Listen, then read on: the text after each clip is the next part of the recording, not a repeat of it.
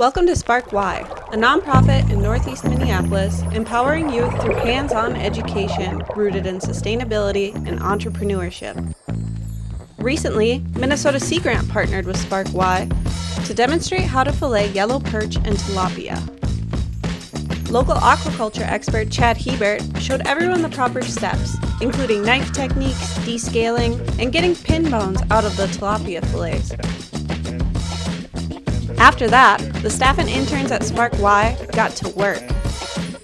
Scales were shed, knife skills were honed, and questions were answered by Chad and Minnesota Sea Grant Aquaculture Extension Associate Kieran Smith.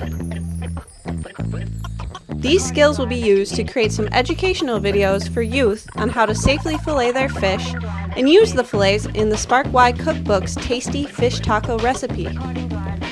The folks at Spark Y used the fillets from the demo to practice their recipe and, more importantly, to share a meal to celebrate their new skills.